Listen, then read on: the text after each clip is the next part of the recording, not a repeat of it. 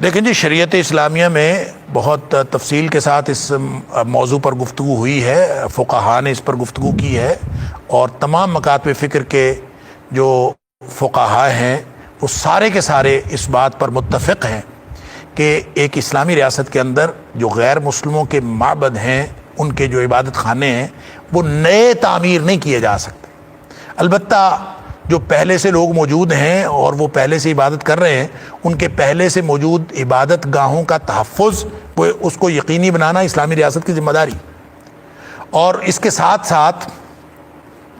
ان کی اگر وہ پرانے ہو جائیں، وہ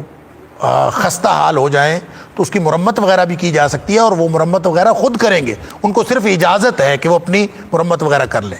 اسلامی ریاست خود معبد تعمیر کرے کافروں کے اور غیر مسلموں کے، اور نئے تعمیر کرے، اس کی قطعاً اجازت نہیں ہو سکتی، اور یہ تو بالکل اس کے مترادف ہوگا کہ جیسے آپ لوگوں کو کفر کے اندر فیسیلیٹیٹ کر رہے ہیں، اور ان کو جو اللہ اور اس کے رسول صلی اللہ علیہ وسلم کے دشمن ہیں، ان کو آپ اپنی جو سرگرمیاں ہیں اس میں وسعت دینے کی اجازت دے رہے ہیں، حالانکہ ان کو محدود کرنے کا حکم ہے۔ اور جو شریعت اسلامیہ نے ذمیوں کو، ذمی اس شخص کو کہتے ہیں جو اسلامی ریاست میں رہنے والا غیر مسلم شہری، جو اسلامی ریاست کے قوانین کی پابندی کرتا ہے اور وہ ٹیکس وغیرہ ادا کرتا ہے، اس کو جان مال کے تحفظ کی ذمہ داری اسلامی ریاست پر ہوتی ہے، اور اس کو یہ پروٹیکشن حاصل ہوتی ہے، اور اس کی عبادت، ان کی عبادت گاہوں کے تحفظ کی ذمہ داری بھی اسلامی ریاست کی ہے۔ اس سے یہ نہیں سمجھنا چاہیے کہ نئے عبادت خانے بھی تعمیر کیے جا سکتے ہیں، نہ اس سے یہ سمجھنا چاہیے کہ نئی جو ہے وہ کوئی اپنی مذہبی سرگرمی جو ہے ان کو وسعت دینے کے لیے وہ اپنا کوئی پلاننگ بھی کر سکتے ہیں، اور اسلامی ریاست اس کے اندر معاون بھی ہو سکتی ہے۔ یہ شریعت اسلامی نے اجازت نہیں دی۔ اس لیے یہ جو پاکستان کے اندر موجودہ صورتحال بنی ہے کہ سنا ہے کہ اسلام آباد کے اندر کسی مندر کو بنانے کی صرف حکومت نے زمین ہی نہیں دی، بلکہ ان کے لیے پیسے وغیرہ، فنڈز وغیرہ بھی دے رہے ہیں، یہ بالکل غیر اسلامی ہے، اس کا اسلام کے ساتھ کوئی تعلق نہیں ہے، اور اس کو ختم ہونا چاہیے، اور اس مندر کو بنانے کی اجازت نہیں دینی چاہیے۔ صرف اجازت ہی نہیں کہ الٹا یہ کہ حکومت جو ہے اس کے اوپر پیسے خرچ کر رہی ہے، تو یہ شریعت اسلامیہ نے اس کی قطعاً اجازت نہیں دی، اور شریعت کے یہ جو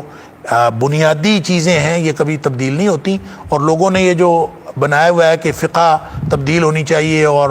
جدید دور کے جدید تقاضے ہیں، اور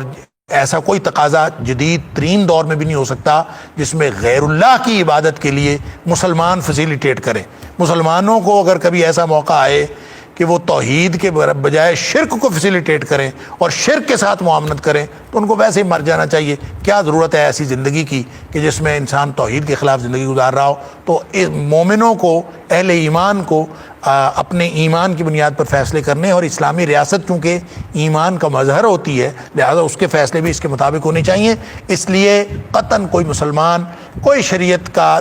علم رکھنے والا اس بات کی اجازت نہیں دے سکتا۔ تو حکومت پاکستان کو اس بات کی طرف توجہ کرنی چاہیے، اور ہم سب کی یہ استدعا، جو ہم دین کے چھوٹے موٹے طالب علم ہیں، ہم سب کی طرف سے یہ استدعا ہے حکومت کو کہ اللہ کی اس نافرمانی سے باز آ جائے، اور یہ ایک جو کفر کا مرکز یہاں بننے جا رہا ہے اس کے اندر کوئی معاونت نہ کرے۔ واللہ اعلم بالصواب۔